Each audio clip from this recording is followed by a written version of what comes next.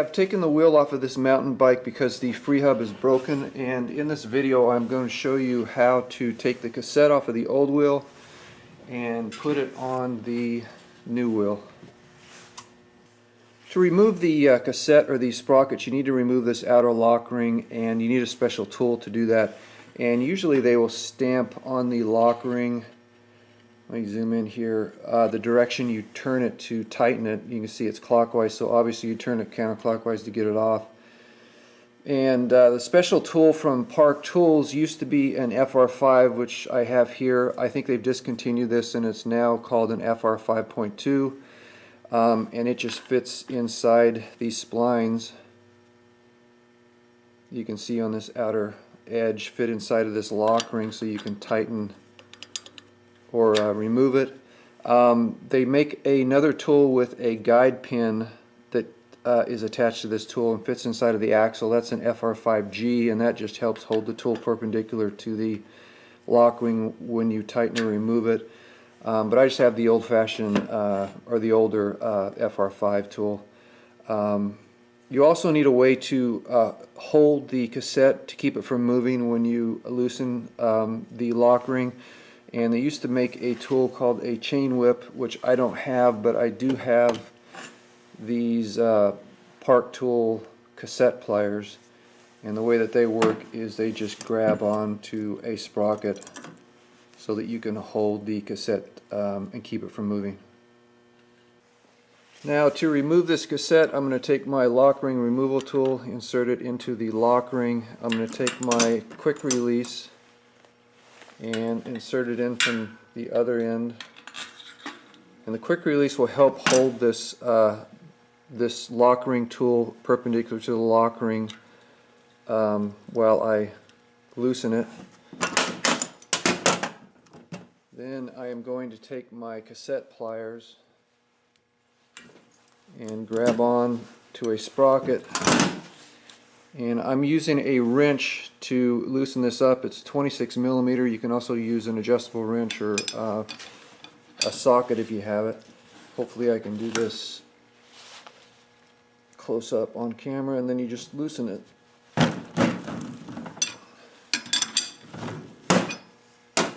And move it about one turn, and then remove your quick release.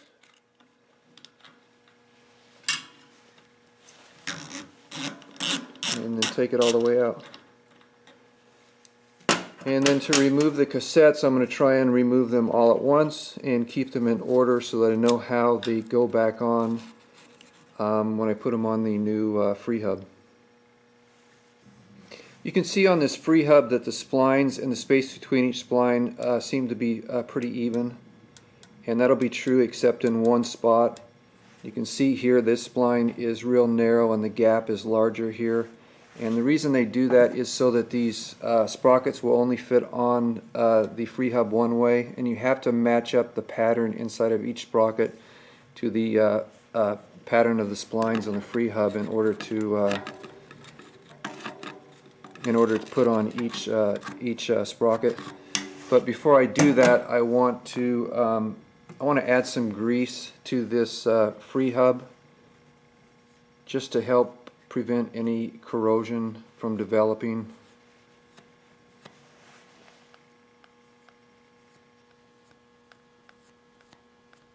And now I'm ready to install all the sprockets. So I'm going to install each one of these sprockets one by one just for the video. So you just want to go in and match the pattern until it fits onto the spline or the Freehub. And the reason I said to keep these in order when you remove this is because you have these spacers in between the sprockets.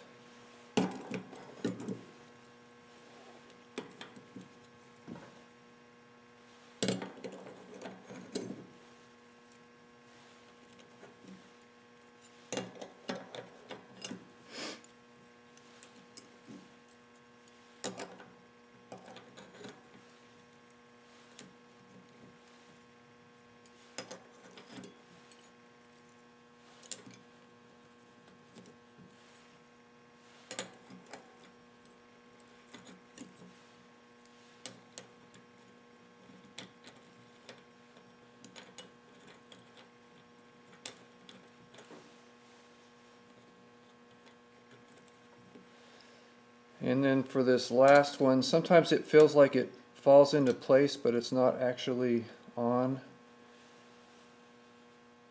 And I find it easier just to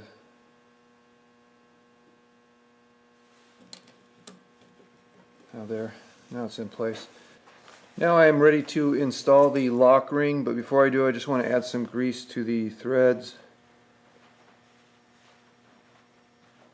And if you didn't notice earlier, on the outside of the lock ring it gives you the torque spec, which is 40 Newton meters, so I will be using a torque wrench to tighten this.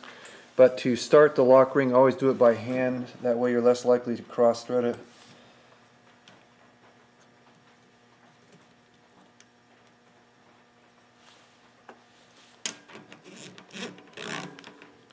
And now I'm ready to torque it down.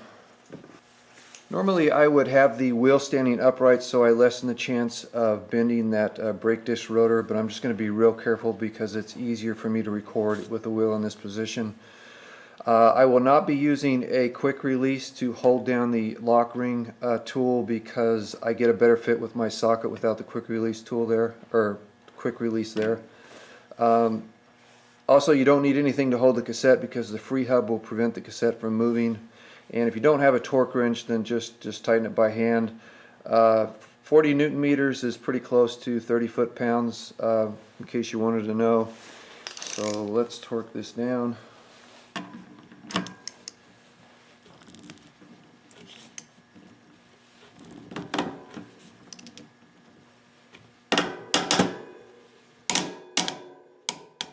And that is 30 foot-pounds or 40 Newton meters. And so that is how you remove and install a Freehub cassette.